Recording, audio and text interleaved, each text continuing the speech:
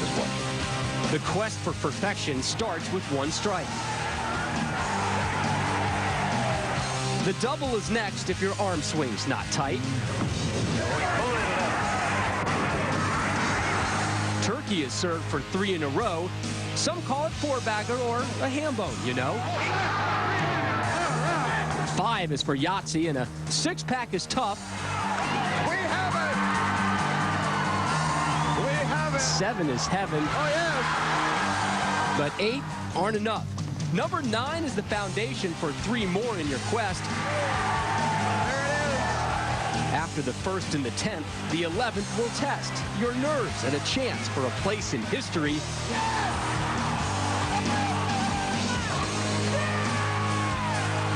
12 strikes are as perfect as bowling can be.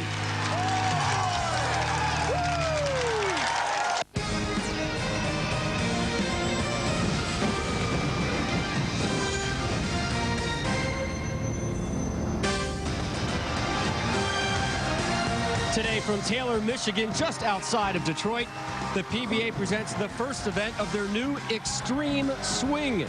We welcome you to the PBA Ultimate Scoring Championship.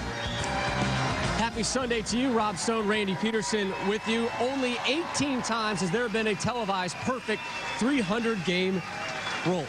We may see number 19 today because the lane conditions are set up in such a manner that the pros should absolutely devour them. They are. It's why it's called the Ultimate Scoring Championship. In order to have big scores, you have to have some help on the lanes. PBA came out with an oil pattern that's similar to a league shot. It's not the same, but let's just say the guys have a little bit extra help to get their ball to the pocket. This week, we had 18 300 games. Patrick Allen averaged 260 in qualifying. So, yeah, Rob, you know what?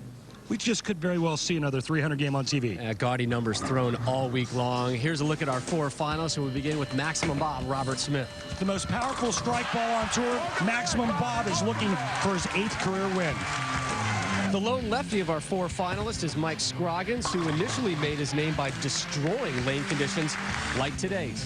And Mike Wolfe, the cyborg, real business-like out on the lanes. He knows how to throw a lot of strikes. His last win came against Walter Ray Williams Jr. Our 4th finalist is Bill O'Neill, who will be making his 3rd straight televised appearance, but is still seeking that elusive first tour title. And O'Neill will face Wolfe in our 2nd semi, but we begin with Robert Smith versus Mike Scroggins.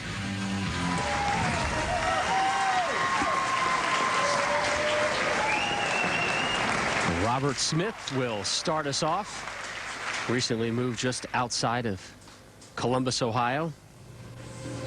Been a tour member since 1998. Maximum Bob fighting some back issues and hip issues. But this is a format that was really kind of catered with him in mind.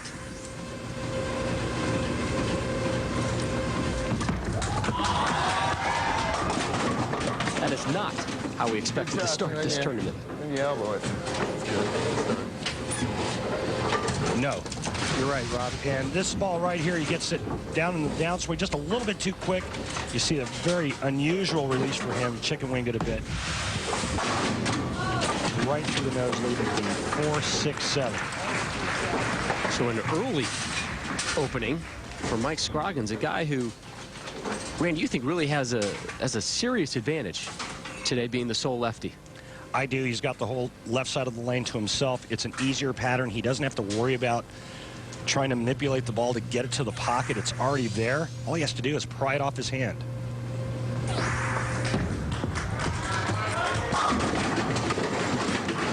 And then hope for some pin carry.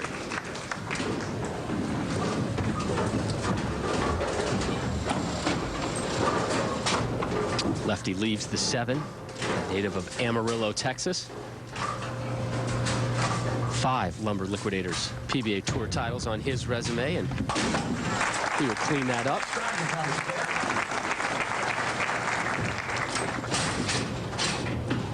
This is his 2nd televised appearance of the season. He had 6 last season.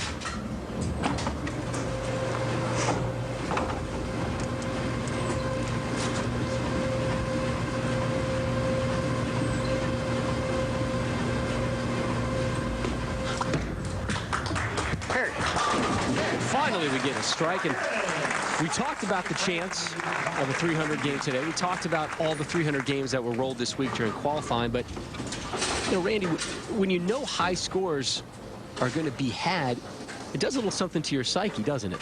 Well, it does. I mean, you start thinking that, hey, the first one that misses in a match is going to lose. And, you know, with an open frame early, the good news for Robert Smith is it happened in the first frame. He can still strike out to shoot 279. And there's that first strike.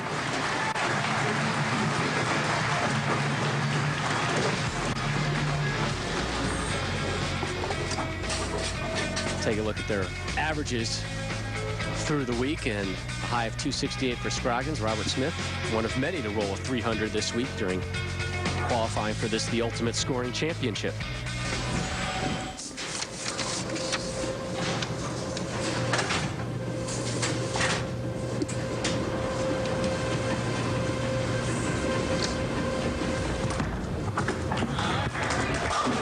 And another for Smith. And we talk every week about the oil conditions. It's similar to, you know, I guess it's similar to a golf course, you know, where you know, wet conditions, or how's the rough going to be, what's the green going to be like. And this is a golf course that's laid out for some low scores. Yeah, low scores for golf, high scores for bowling. Right. I would equate this to, like, say, the Bob Hope Desert Classic, where it takes 2,700 to win.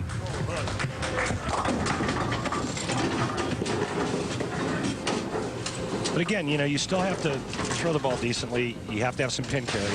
And I bowled on this oil pattern yesterday, and it's not the easiest oil pattern I've ever bowled on. The players that are on the telecast today said the same thing. Is it easier than what they bowl on a weekly basis? Absolutely. Is it the easiest thing they've ever competed on? No.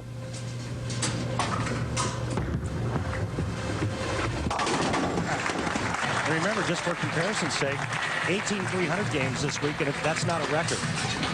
24 is the record. 80 to 279.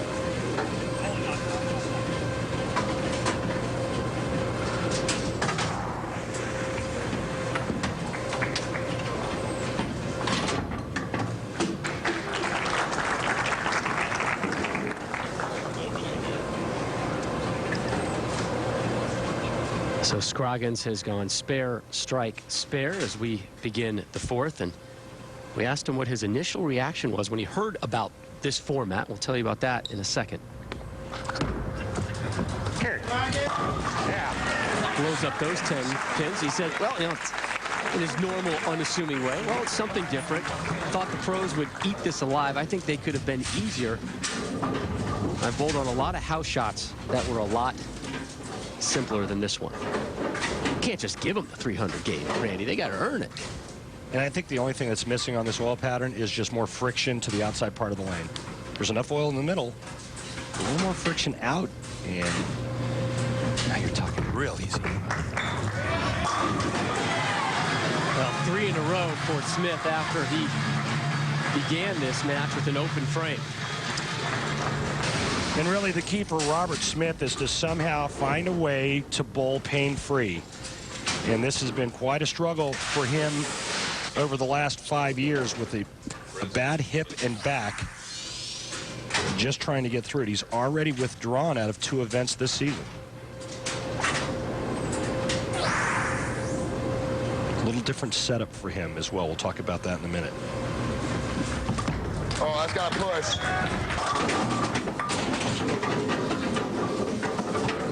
Rob, come on. That ball is early into the swing, which makes the ball arrive at the foul line too close together with a slide foot.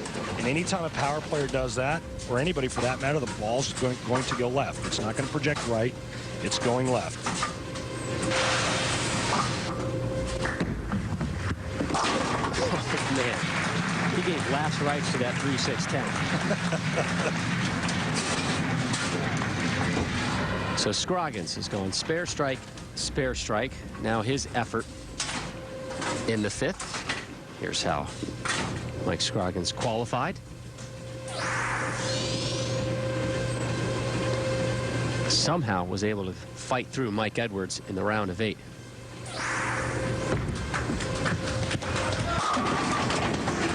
There's his third strike.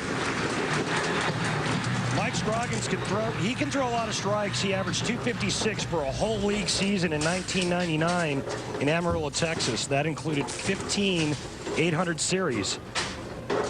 That is not the record. The record, I believe, is held by Jeff Carter at over 260.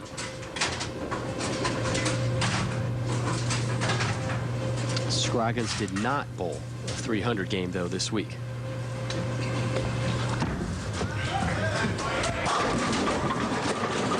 He's the 7. Second time he's done that this match. And again, these players shouldn't have a problem getting the ball to the pocket. It's just going to come down to a matter of pin carry. This ball just a little off, leaving the weak 7.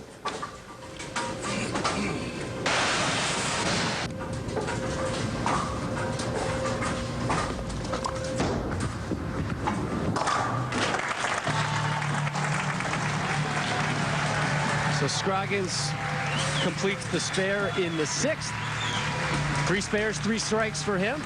He's on top by 3 over Robert Smith. The Tournament of Champions was still in its infancy when Jack Biondolillo stepped into pro bowling immortality. Competing in the 4th annual Firestone Tournament of Champions, Biondolillo opened the ABC Sports telecast with the first ever televised perfect game in PBA history, defeating Les Schischler 300 to 216, but will forever be remembered as the PBA's first perfect man. And welcome back to Taylor Lanes here in Taylor, Michigan, just outside of downtown Detroit, in our continuing coverage of the PBA Ultimate Scoring Championship. Tomorrow night on Monday Night Football on ESPN at 8:30 Eastern. The playoff push continues for the Packers and the Saints. Coverage begins at 7 Eastern. Monday Night Countdown delivered by UPS. And we continue with our coverage of semifinal number 1 between Mike Scroggins and Robert Smith. Smith started with an open frame in the 1st, then 3 consecutive strikes and a spare in the 5th. Fighting all kinds of back and hip issues. He's wearing some heat pads right now, 3 on his back and 2 on his leg hip area. Trying to keep everything loose and warm. And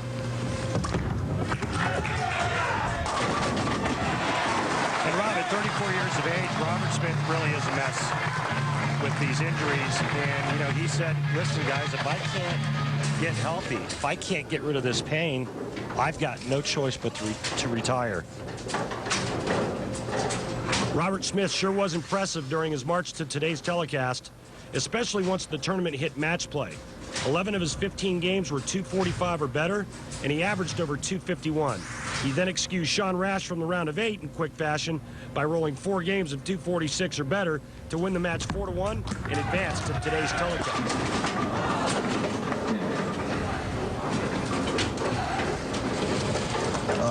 He's seen multiple specialists, says bowling is the only thing that hurts it, and I'm running out of options. If it doesn't get better, I'm retiring. I'll be the first to say that.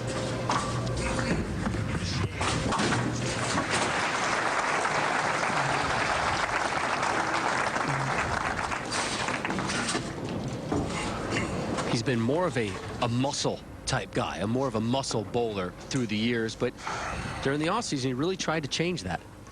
Yeah, he tried to soften it up a bit, go a little bit straighter to try to take some of the strain and wear and tear off his body, but hey, instinct is instinct, man. He's a power player.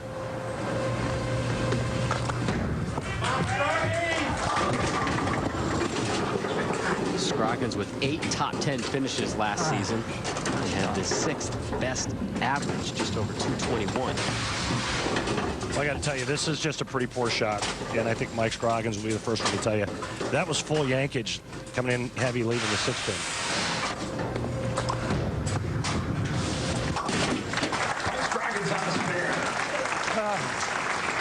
Won 2 titles last season for the first time in his career. Has 5 total. He's been on the tour for 17 years.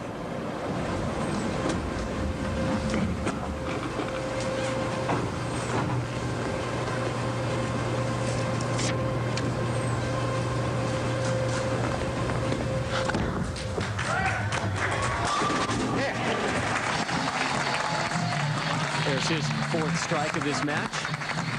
And the number's a little lower than we anticipated. I mean, we still know this is has some challenge to it, the oil pattern, but we thought the pros would be doing a little bit better at this stage. Comparatively speaking, that what the players face on a weekly basis, I mean, most of the time the patterns are very flat. This has got some buildup in the middle. When you look at some of the numbers, PJ Haggerty averaged 253 for 7 games in the TQR round. Parker Bowden the third, he averaged 259 for 7 games. And I was not going to hook if you don't sit in the shot. Patrick Allen, as we said earlier, averaged 260 for 14 games, tying a PBA record. There was big scores all week. As everyone knows that follows the tour and watches television religiously, TV day is TV day. 18 of the 28 perfect games Wolfe this season, about 64% registered so far, were shot here during the Ultimate Scoring Championship week. And boy, it just looks like Robert is in pain. And you know, you just wonder, you know, how good would he be if he was healthy?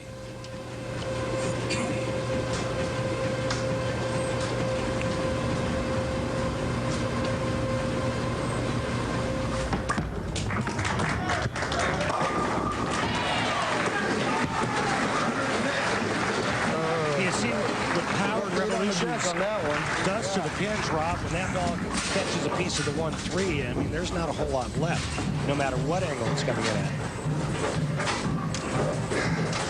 PBA.com is your best source for all the latest PBA news, including information about PBA Experience bowling leagues. Those leagues, which are a joint venture between the PBA and USBC, give league bowlers the chance to bowl in the same oil patterns that the pros compete on each week. Head on over to PBA.com to check that out.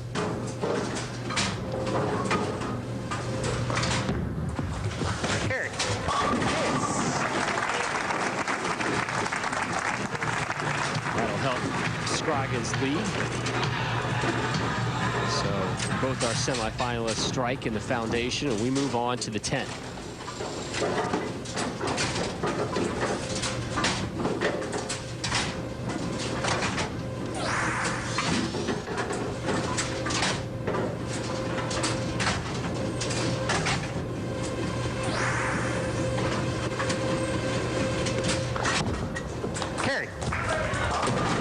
Just 9 to move on to the final.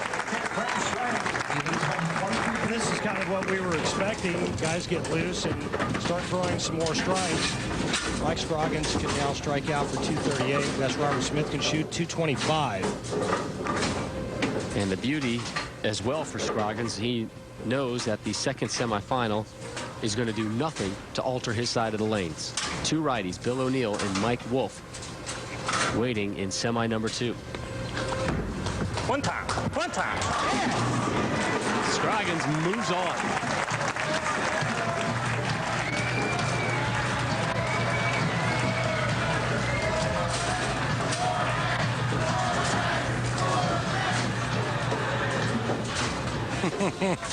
Rob, I don't want to tell you what they're chanting, my friend, but it kind of rhymes with or agger. I don't know what you're talking about. Or four-bagger. Looking for 5 in a row. Scroggins and blows him up. Throws down a Yahtzee to conclude this one.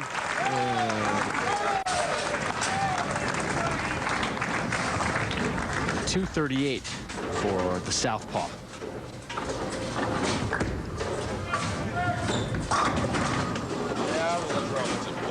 Yeah, was in trouble.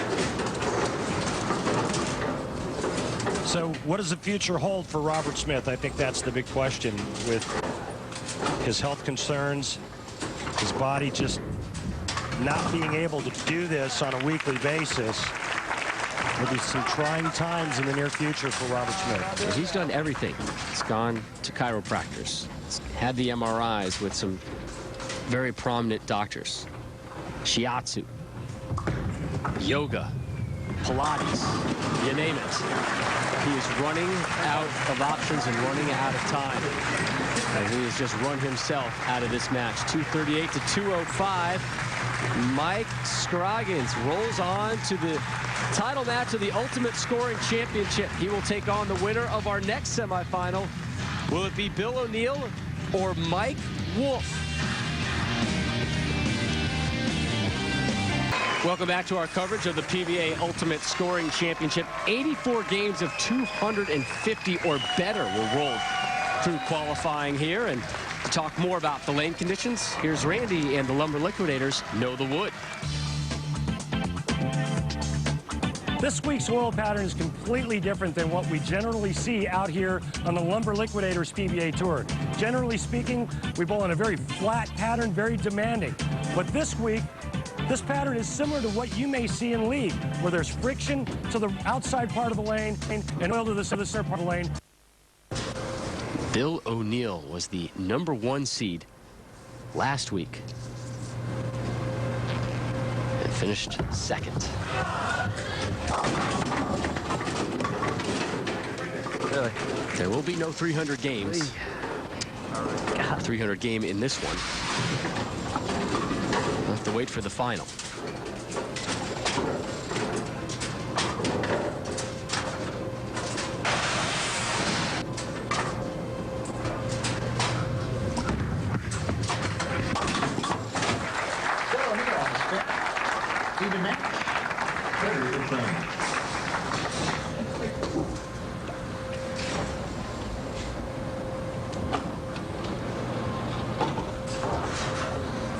He's had a very solid start to this season. In order, he's finished 9th, 8th, 2nd, and 2nd.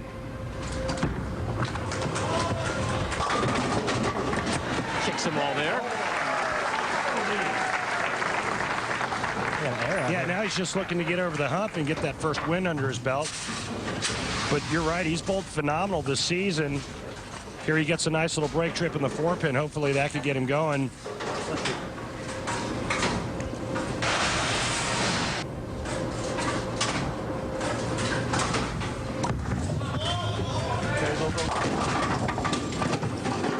Mike Wolfe, 9 top 20s last season. His best finish was 3rd, but that was in the PBA Exempt Doubles Classic. Rolled 2 300 games this week, and one of 4 who bowled multiple 300 games. Bill O'Neill had 2. Patrick Allen had 2. Parker Bone III had 3.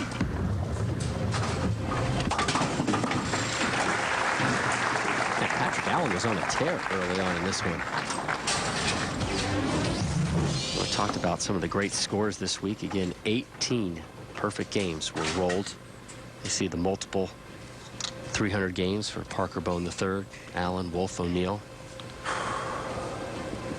Unfortunately for Patrick Allen, in a bracketed format, he draws Mike Edwards in the first round. He's got Mike Edwards down 3-0, and Mike comes back and wins the next 4, knocks him out of the tournament. Patrick Allen definitely left his mark on the Ultimate Scoring Championship. You know, Rob, he was the leader after 2 rounds of qualifying, tying a PBA record with a 14-game average of 260.5. PA also rolled a pair of 300 games, and 11 of the 21 games he bowled in this event were 250 or better. O'Neill trying to string together a pair of strikes right here as we begin the 4th for him.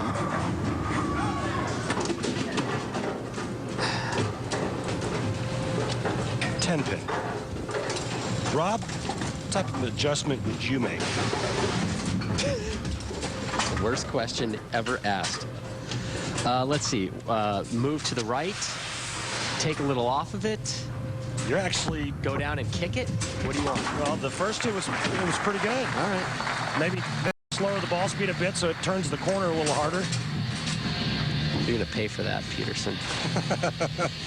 And what, it may come are we going to have a later. spelling contest? Thanks. Might drop a little soccer, college football knowledge on you. Here's Bill O'Neill's road to the Final 4. Very casual, smooth swing there, and again the 10-pin defies him. It's just not supposed to happen. It's just not supposed to happen. You're getting angry over there. It's too good of a shot to leave a ring in 10, but it's not right.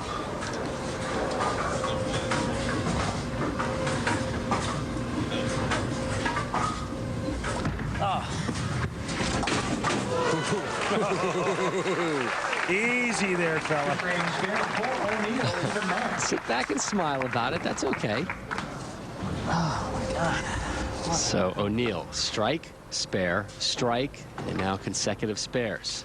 Wolfe, strike, spare, spare, strike. And here's his road to the semifinals. Took care of Pete Weber in 5.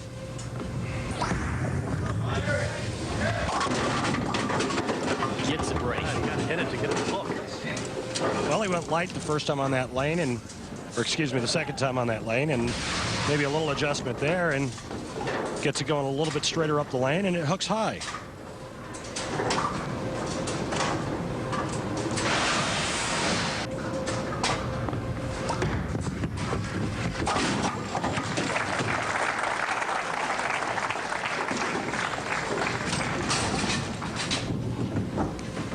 And Rob, I got to tell you, I've been on both sides of this. You know, I've bowled events where the oil pattern or the lane conditions were fairly easy.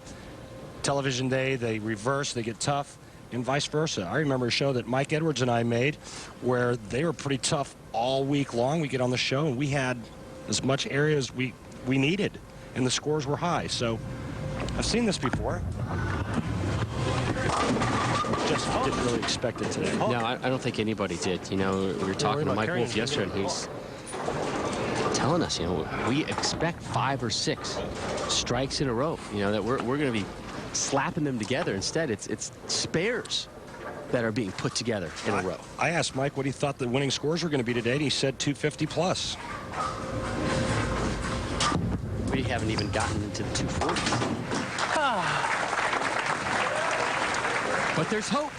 Randy, there's always hope. Perhaps that championship game. Mike Scroggins, the lefty, waiting to see who he will face. Will it be that man, Mike Wolfe, or his opponent, Bill O'Neal? The conclusion of our second semifinal when we return to Taylor, Michigan. The Lumber Liquidators PBA Tour on ESPN is brought to you by Bayer. The more you know, the more you trust Bayer. By Prescription Flomax. By CLR. CLR. All kinds of dirty, one kind of clean. And by the United States Bowling Congress. Ensuring the integrity and protecting the future of the sport of bowling. Bowl with us. Those were shots of the Henry Ford Museum here in Detroit. Not a lot of hybrids shown in that display as we come back inside the house here. Taylor, Michigan, an updated look at the Denny's PBA Player of the Year standings, and Bill O'Neal with his second place finish last week, now sitting in third place with 18 points, just 2 behind Walter Ray Williams Jr. Slowly but surely climbing that ladder. And this is a guy, Randy, that you really feel once he gets that first title, it's the old snowball effect. There's only one thing holding Bill O'Neal back. That's Bill controlling his emotions on television.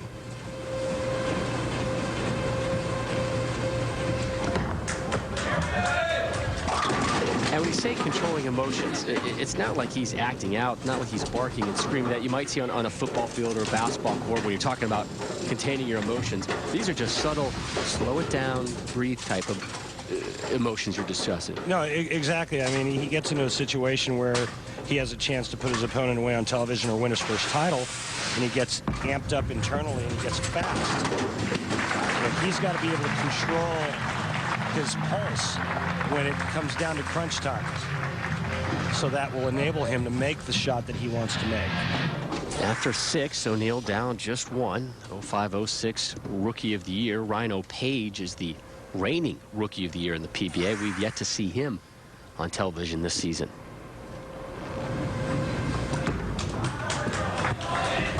All right, let's get it going here.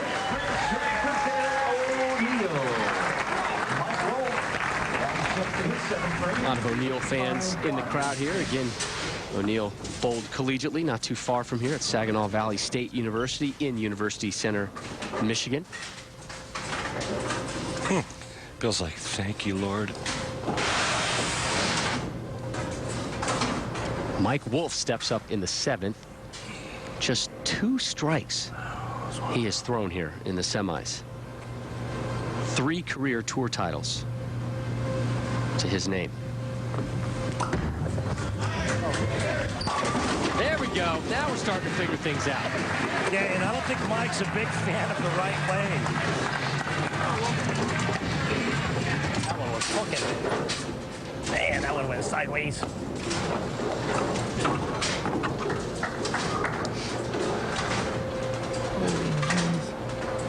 See Wolfe's max, one better than what O'Neal could do as we begin the 8th. Both O'Neal and Wolfe rolling off of strikes in the 7th.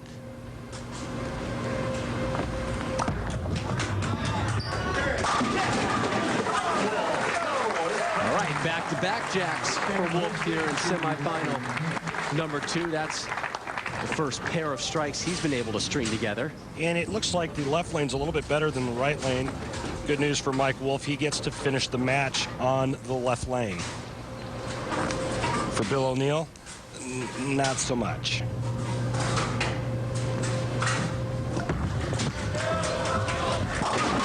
And 2 in a row for O'Neal as well. Unless he does a lot of that. Again, if they all strike out, Wolfe will win by 1. 237, 238.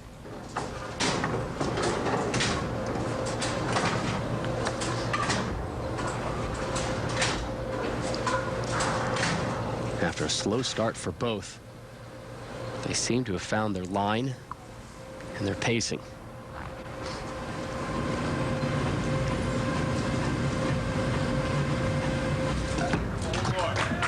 Cup of help.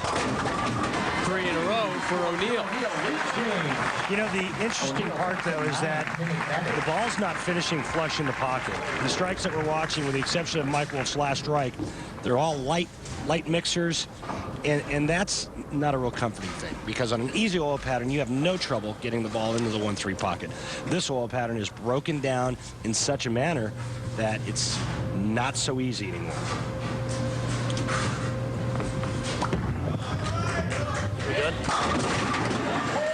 So both have now thrown 3 in a row. And let me just make one other observation, if I may, Robert. It's starting to look like this tournament could be gift wrapped for a certain Mike Scroggins. Sounds about right. You kind of had that gut feeling going into this one as well.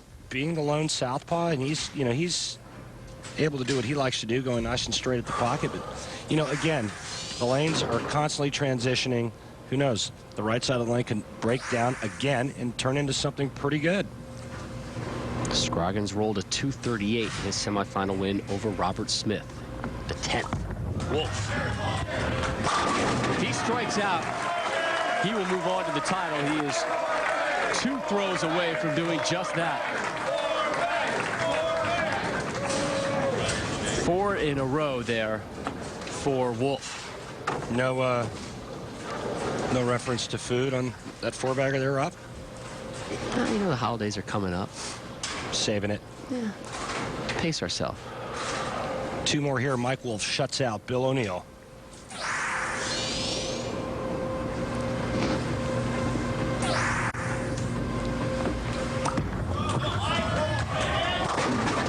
Five down, 1 to go.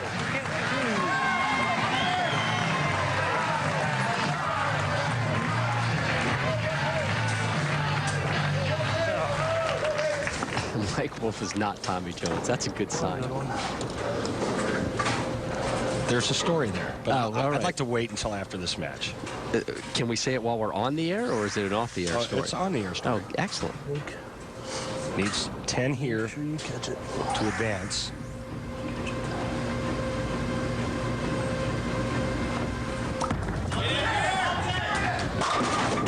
Oh!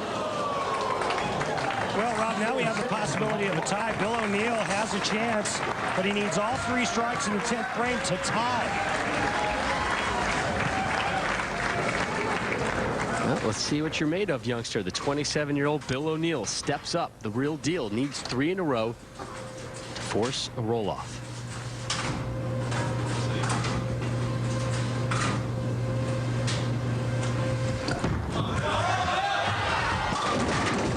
Denied.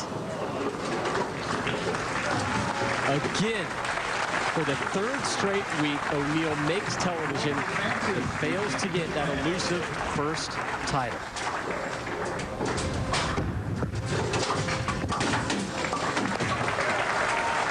So you want to hear the Mike Wolfe story? Love it. Apparently, this happens on a weekly basis where a couple of fans will go up to Mike and ask him for his autograph. The only downside is that they've got the book open to Tommy Jones's picture. Love it. Yeah. Hang in there, buddy. 237 to 215. Mike Wolfe rolls on, where he will face Mike Scroggins in the title match of the PBA Ultimate Scoring Championship. And we welcome you back to Taylor Lanes in Taylor, Michigan, just a few miles outside of the Detroit downtown city limits. And Randy, you had an opportunity to hit the big city in one of the more prestigious athletic clubs in this region of the country. Well, Rob, I got an invite to go to the Detroit Athletic Club, and man, I jumped at the opportunity. They were the most gracious hosts, and it was truly an unforgettable experience. Right in the heart of downtown Detroit, tucked between Comerica Park and Ford Field, is one of the best-kept secrets in bowling, the Detroit Athletic Club. This world-class athletic facility dates back to the late 1800s and boasts itself as the nation's oldest private bowling organization. I'm here with Tom Rayom, who's the Director of Bowling Operations here at the Detroit Athletic Club. Tom, why don't you take us on a little history tour? Well, the DAC was founded back in 1888. We had an original building that the DAC had sports teams that faced all of the local colleges. The University of Michigan used to play football against the DAC back in the day. This bowling center was built, the building was built in 1915, so there's been bowling here in these four walls since 1915. So the history and tradition we have with the bowling program is a rich tradition. It's anything but a typical league night at the DAC's Bowling Abbey. Here you rub elbows and share a drink with the creme de la creme of Detroit kegglers. And though you may not find the best bowling in the world, the friendships among its members far outweigh pinfall. I'm here with Sean Moran, who is on the board of directors here at the Detroit Athletic Club. And Sean, here at the club, what do you call 2 strikes in a row? A double. What about 3 strikes in a row? Turkey. What about 4 strikes in a row? No idea. No one gets 4 strikes in a row around here. Have you ever heard of Hambo? No. No. Have you ever heard of Randy Peterson? No, never heard of him. He's top 50 greatest player of all time. I thought Walter Ray was. Well, he's the greatest player of all time. Oh, the greatest player. Well, Okay. Randy Peterson is one of the top 50 of all time. Never heard of him? Never heard of him. Do you want to bowl for money? I'm with Rick Coretti, who's been a member here for 25 years. And Rick, you were telling me earlier that you have some experience against Walter Ray Williams Jr.? Well, I do. We have something of a rivalry, actually, because he's come here twice for the Pro-Am, and I think he comes exclusively to bowl me because I beat him twice in a row, back-to-back years. You know, he's a pretty good bowler, but it's a tough shot here at the DAC, and I think he has a little trouble adjusting. I worked with him the last time. I think he'll do better if he comes back for a 3rd round. Do you think he's overrated? No, he's a good bowler, but just here, he's a little out of his element. Look who I found. Robert Smith, 7-time PBA champion, hanging out here at the Detroit Athletic Club. And Robert, rumor has it that you put on an exhibition here not too long ago where you actually got nervous. Tell us about it. Yeah, last year during the Pro-Am that we had out here at the Detroit Athletic Club, I shot a 299, and I can honestly tell you that I was nervous. Why? The history, the tradition that comes out of here. I mean, looking at the list of people that have shot honor scores, I mean, you know, first one was 1925, the second one didn't show up till 1964. And after I got to about the 9th and 10th shot in, I actually got nervous. The 11th one killed me, and the 12th one, let's put it this way, I left probably the worst flat 10 you'd ever see in your life. Made me cringe a little bit, but I tell you what, the thrill of it, the excitement of actually having a chance to shoot an honor score here, it was worth every penny of it. I'm here with Marty Brennan, who is an attorney here in Detroit, has been a member here at DAC for over 20 years. Marty, what does it take to be a member here? Well, to be a member here, you want to be a decent bowler. You want to have a sense of humor. And you just got to be a good guy. So, Marty, that means that I have a shot. I can be a member here. I don't think so. Though the facilities are out of this world and the bowling center is one of a kind, what makes this place so special is the people. A wonderful mix of characters and friends, all sharing their passion for bowling. And special thanks to some of the guys at the DAC, Bill Dunlop, the Coretti brothers, Bill Faber, Marty Brennan, and especially Tom Rayon, the Director of Bowling Operations. Thanks for being such wonderful hosts. Speaking of wonderful hosts, Taylor Lane's doing yet another wonderful job this year on the PBA Tour as we take a look at our Geico Championship recap. We begin with Mike Scroggins in semi number 1. Against Robert Smith, there's your winning strike. Mike Scroggins wins 238-205. And in semifinal number 2, it's Bill O'Neill against the big bad Mike Wolfe. Mike Wolfe leaves a flat 10, gives Bill O'Neill a shot. Bill O'Neill follows it up with a flat 10. Mike Wolfe advances. Those two very similar in their scoring output in their 2 matches. Both had 7 total strikes. Both closed out with 5 in a row. The final of the Ultimate Scoring Championship when we return.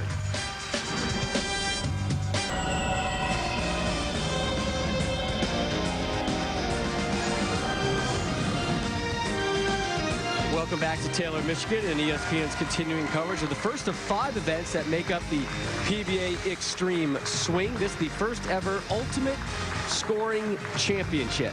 Rob Stone, Randy Peterson with you, and we are set for our final. The lefty, Mike Scroggins, take on Mike Wolfe, and Scroggins will bat leadoff for us.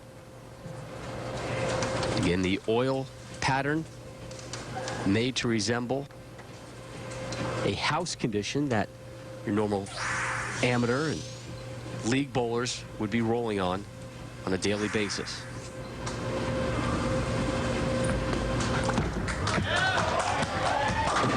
Yeah! Scroggins starts us off with the strike. So will it be the right-hander that prevails in Mike Wolfe, or will there be a party at Scroggies? Stay tuned. Scroggy, the sole lefty on the show, is at least his goal was coming into this, Randy, to create a nice little trough down that left side and just bring it right on into the pocket. That's the goal. Mike Wolfe drops them all. Take a look at our championship matchup. Mike Wolfe, 3 career tour titles. Mike Scroggins with 5. Both of them looking for their first of this season. And a lot more television experience for Mike Scroggins. And a lot more cash. Over $1 million in earnings. Money talks. Ball change for Mike Wolfe. He's going to something that's a little cleaner to get a little bit more down lane ball reaction. And it works. When you say cleaner, get into greater detail for me.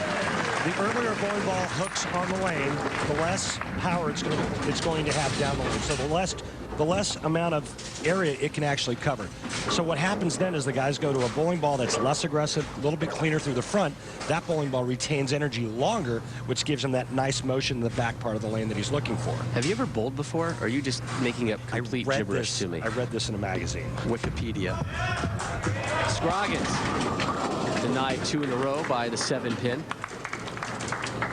And you can see that Mike Scroggins is using the same bowling ball used in his first match because of the lack of traffic on the left side, less transition. He can stay pretty much with the same stuff.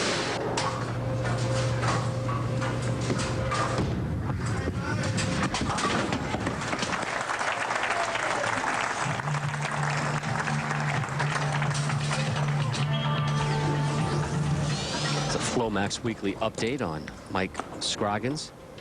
Last week finished 56th at the Chameleon Championship, which was also held here at Taylor Lanes. So basically what you're saying, Rob, is this week is much better. Just a little bit.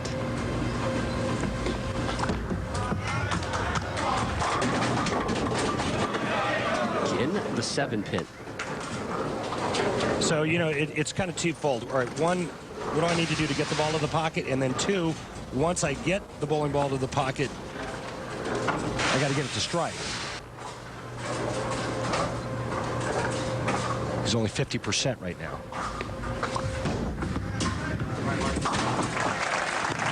He can get it there, but he can't knock the 7-pin down. And right now, Mike Wolfe has made an adjustment, and so far, so good. Mike Wolfe made another adjustment in the offseason, really wanted to decrease the ball speed. He says he guns it around 17.5 miles per hour. Is hoping to get it down to 16, 16.5. But admits he's not quite there yet. One of the ways he's going to do it, feed a little slower, backswing a little lower, all to make that ball smoother and hopefully read that pattern on a more consistent basis. Right. In order to get his feet slower, the ball has to be initiated into the swing later. And then the other adjustment he made, like you said, was shortening the backswing so that he can do all of this and still be in time. Timing is the key to repetition. See him waving that one off. He kind of nicked the left part of the 6-pin to hit it into the 10. You know, we came in talking about the high scores that were going to be bowled here, but man, everybody's taught. We've seen a lot of faces, a lot of facial reactions from these guys today. I think they're expecting more of that and less of the spare conversions that so many of them have had to deal with today. But Wolfe, 3 strikes through his opening 4 frames. He has an early 9-pin lead. The conclusion of Scroggins Wolfe when we return.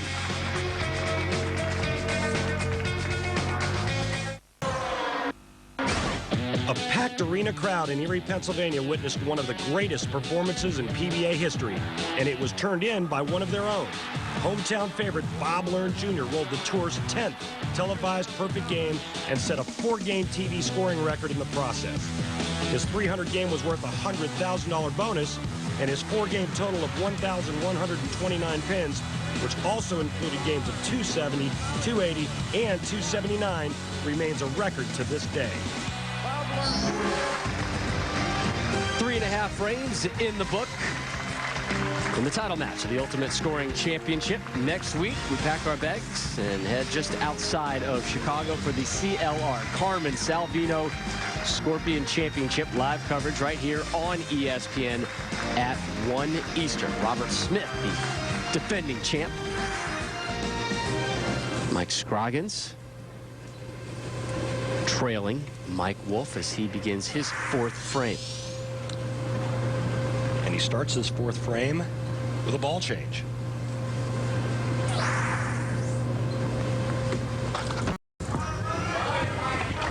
Good change, Scroggy.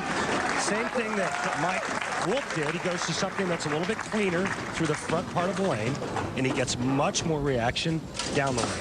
How many balls do these guys usually bring to an event? I would say the average touring professional out here probably carries with him 18 to 25, 26 bowling balls. How many do they actually utilize in a week, would you say? Depends on how good their look is. Yeah.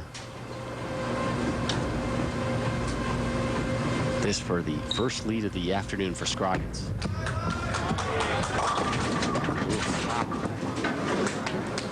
Didn't like that shot. Didn't sound good, didn't look good. It looked like he grabbed it a bit. Watch this release point here. That one's a little bit more loft. It looked like he kind of helped it. That's the kind of shot you throw when you're not really sure that it's going to hook back, so you kind of grab it to give it a little extra, and it always goes inside of target. That's losing your ball right. Okay, Rob.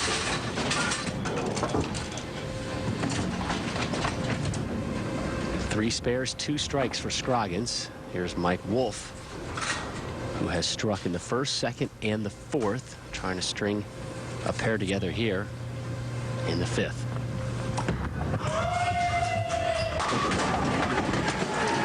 The Wolfe cries from the crowd. I love it. I do enjoy That's that. Great. Some very creative fans here. Now that style that you just saw right there, the late Don Johnson said it was some of the best footwork he's ever seen. And a pretty good strike there. There's his wife, Abby. Those two are just married in August, honeymoon in Barbados. Were you invited? I missed the invitation, apparently. All right, I'm just enjoying the house right now. Just flat out enjoying the house. So Mike Wolfe with 3 in a row, and he is starting to take control of this championship match and the ultimate scoring championship. Mike Scroggins really needs to start stringing some strikes here ASAP.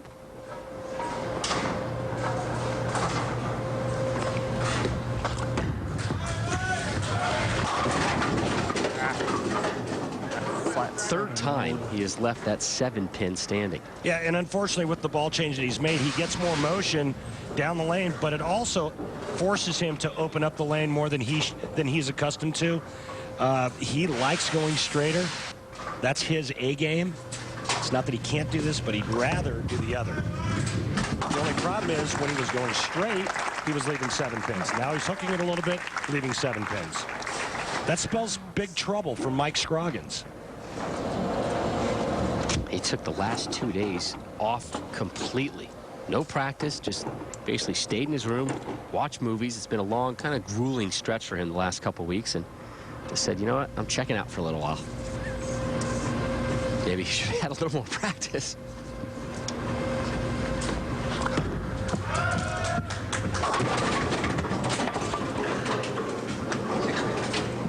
Well, he tried to go back to the other ball, and now he's lost, and he's in a heap of trouble. Mike Wolfe is completely lined up, stringing strikes, and Mike Scroggins now can't get to the pocket. This is uncharacteristic rolling from Mike Scroggins. And with a spare here, the best he can shoot if he strikes out is 227. Mike Wolfe already at a 228 pace. The next strike for Mike Wolfe puts him in the 230s.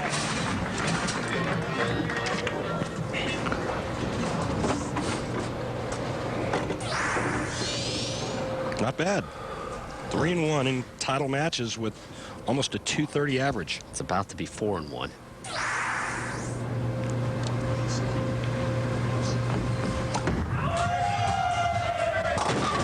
Hambone!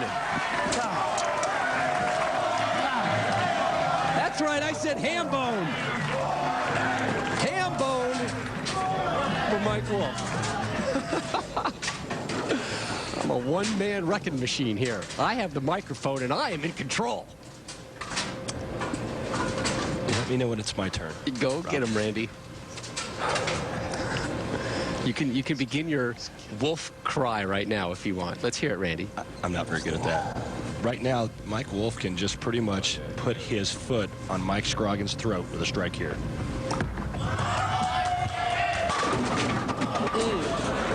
Whoa. Almost 4-9. Only the 4-pin.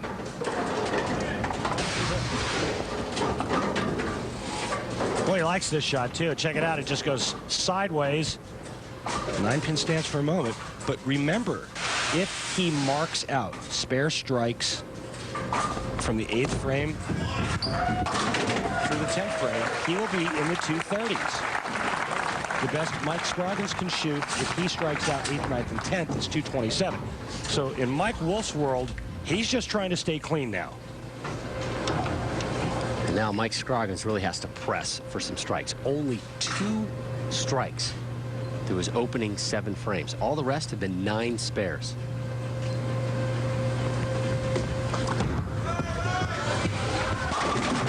There's the strike. See the shake of that head. This is certainly not what he expected from himself.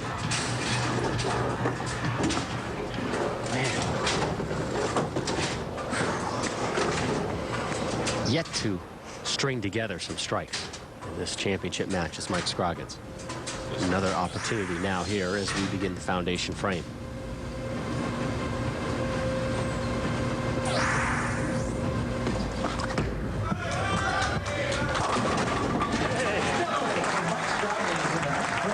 Keep a little pressure on Mike Wolfe here. Mike Scroggins had 8 strikes in his first match and 4 in the championship match. Mike Wolfe in complete control, and like I said earlier, any type of mark in the 9th and 10th frame, he wins title number 4.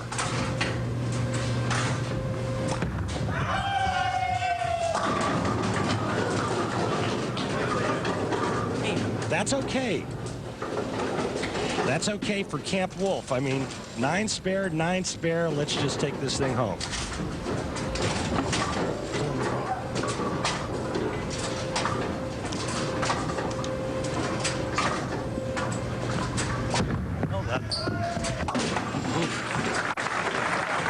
Kind of nudged that one to the corner.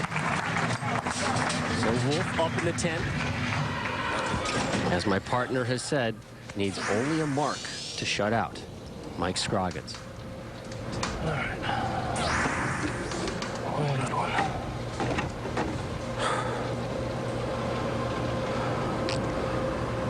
Oh, good shot.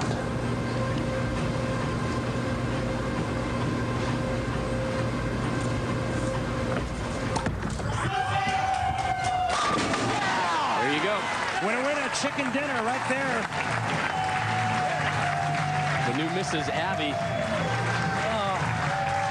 has eyes on that prize. What a beautiful shot. This is 10 back. That is deep.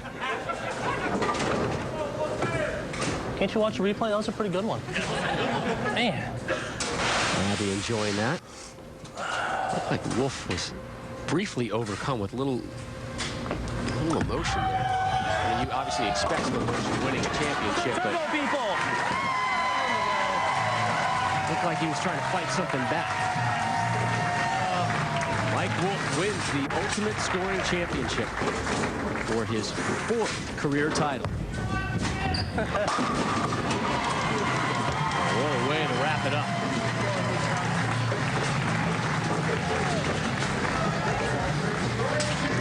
.246 for Wolfe. And a little sugar from the misses to boot. And a lot of disappointment for Mike Scroggins.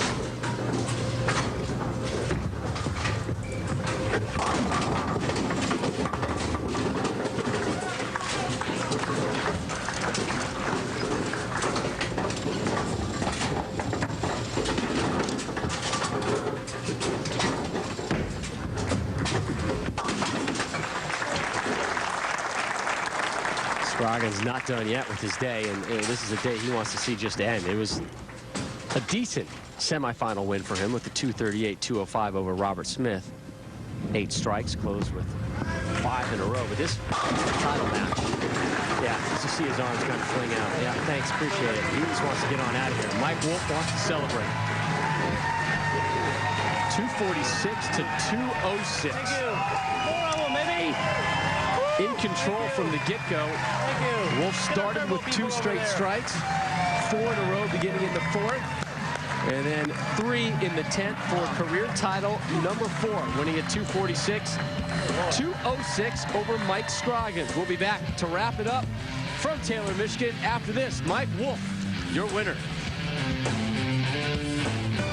Welcome back to Taylor, Michigan, where Mike Wolfe has just won the first ever Ultimate Scoring Championship. He struck 6 times in the opening 7 frames for a final of 246 to 206 over Mike Scroggins. Wolfe wins PBA Tour title number 4, and he's standing by downstairs with Randy Peterson. Mike Wolfe, you're collecting your 4th title out here on the Lumber Liquidators PBA Tour. How does it feel to get back in the winner's circle?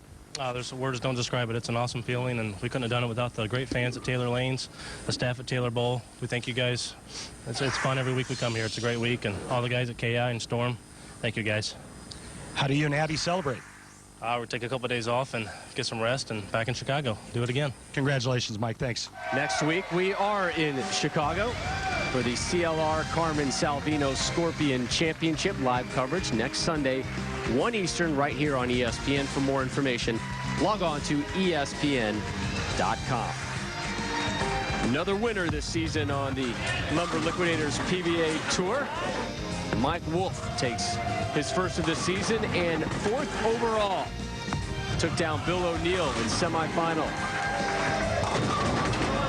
Number 1, 237 to 215, and then dispatched Mike Scroggins 246 to 206. For Randy Peterson and our entire crew, I'm Rob Stone. It's been a presentation of ESPN, the worldwide leader in sports.